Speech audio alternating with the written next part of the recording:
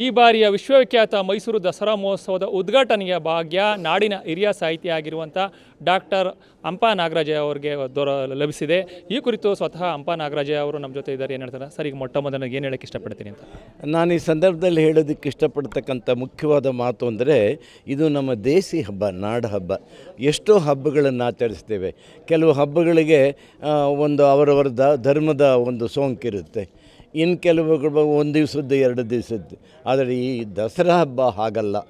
ಇದು 10 ದಿವಸ ನಡೆಯತಕ್ಕಂತಹ ಒಂದು ಸಾವಿರಾರು ವರ್ಷಗಳ ಪರಂಪರೆ, ಒಂದು ಸಾಂಸ್ಕೃತಿಕ ಪರಿವೇಶ, ಪ್ರಭಾವಳಿ ಇರತಕ್ಕಂತಹ ಒಂದು ಮಹತ್ವದ ಹಬ್ಬ.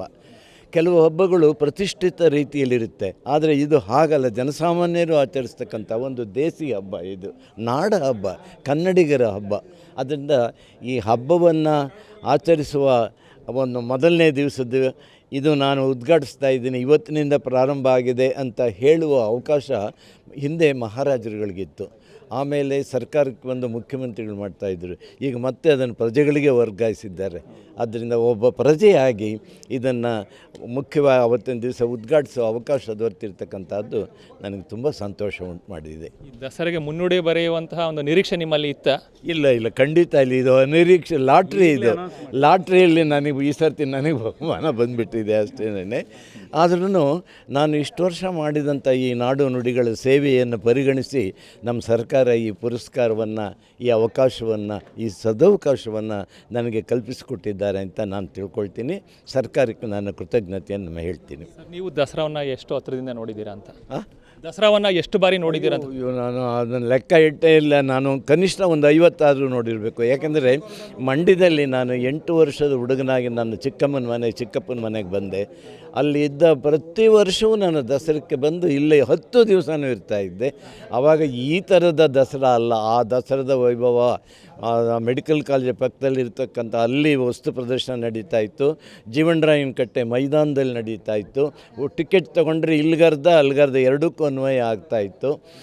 ಏನು ಆ ಸಡಗರ. ಆಮೇಲೆ ಮಹಾರಾಜ ಕಾಲೇಜ್ ಹಾಸ್ಟೆಲ್ ಇದ್ಕೊಂಡು 4 ವರ್ಷ ವಿದ್ಯಾರ್ಥಿ ಆಗಿದ್ದಾಗ ಆಗಲೂ ನಡೀತಾ ಇದ್ದು. ಏನು ಅದನ್ನು ನೆನೆಸ್ಕೊಂಡ್ರೆ ಈಗಲೂ ರೋಮಾಂಚನ ಆಗುತ್ತೆ, ನನಗೆ ಪುಳಕ ಆಗುತ್ತೆ, ಸಂತೋಷ ಆಗುತ್ತೆ. ಸರಿ, ಈಗ ಇಂಥ ಒಂದು ಇದು ತುಂಬ ತಡ ಆಯಿತು ಅನ್ನಿಸ್ತಾ ಇಲ್ವಾ ನಿಮಗೆ ಅಂತ? ಉದ್ಘಾಟನೆಯ ಭಾಗ್ಯ ಸಿಗ್ತಾರೋ ತುಂಬ ತಡ ಆಯಿತು ಅಂತ? ಇಲ್ಲ, ಹಾಗೆ ಭಾವಿಸ್ಕೊಳ್ಬಾರ್ದು. ಅದು ಏನೋ ಒಂದು ಸಂದರ್ಭ ಕೊಟ್ಟಿದ್ದಾರೆ, ಈಗ ಬಂದಿದೆಯಲ್ಲ, ಅದಕ್ಕೆ ಸಂತೋಷ ಪಡಬೇಕು. ಯಾಕೆಂದ್ರೆ ನಾನೇನು ಇದನ್ನು ನಿರೀಕ್ಷಿಸಿರಲಿಲ್ಲ. ಇಂಥ ಒಂದು ಸಂದರ್ಭದಲ್ಲಿ ನಿಮಗೆ ಏನು ಅನ್ನಿಸ್ತಾ ಇದೆ ಸರ್? ಯಾಕೆ ಕಮಲ ಅದನ್ನು ಹೇಳಬೇಕು ಅಂತಿದ್ದೆ. ಏನಂದರೆ ಎಲ್ಲ ತುಂಬ ಸಂತೋಷ ಆಗ್ತದೆ. ಆದರೆ ಈ ಸಂದರ್ಭದಲ್ಲಿ ನನ್ನ ಮಡದಿನೂ ಇದ್ದಿದ್ದರೆ ಸಂತೋಷ ಆಗ್ತದೆ. ಎಲ್ಲೋದ್ರೂ ನೀವು ಜೊತೆಲಿ ಇರ್ತಿದ್ರಿ. ಹೌದು. ಅವಳು ಎಷ್ಟು ಆನಂದ ಪಡ್ತಾ ಇಲ್ಲೋ. ಇರಲಿ, ನನ್ನನ್ನು ಭಾವುಕನಾಗ ಮಾಡಬೇಡಿ, ಕಷ್ಟ ಆಗುತ್ತೆ. ಹೌದು, ಅವ್ರನ್ನ ಜ್ಞಾಪಿಸೋದು ಕಷ್ಟ ಆಗುತ್ತೆ ಮಾತಾಡೋಕ್ಕೆ. ಆಯಿತು, ನಮಸ್ಕಾರ, ಧನ್ಯವಾದಗಳು ಸರ್.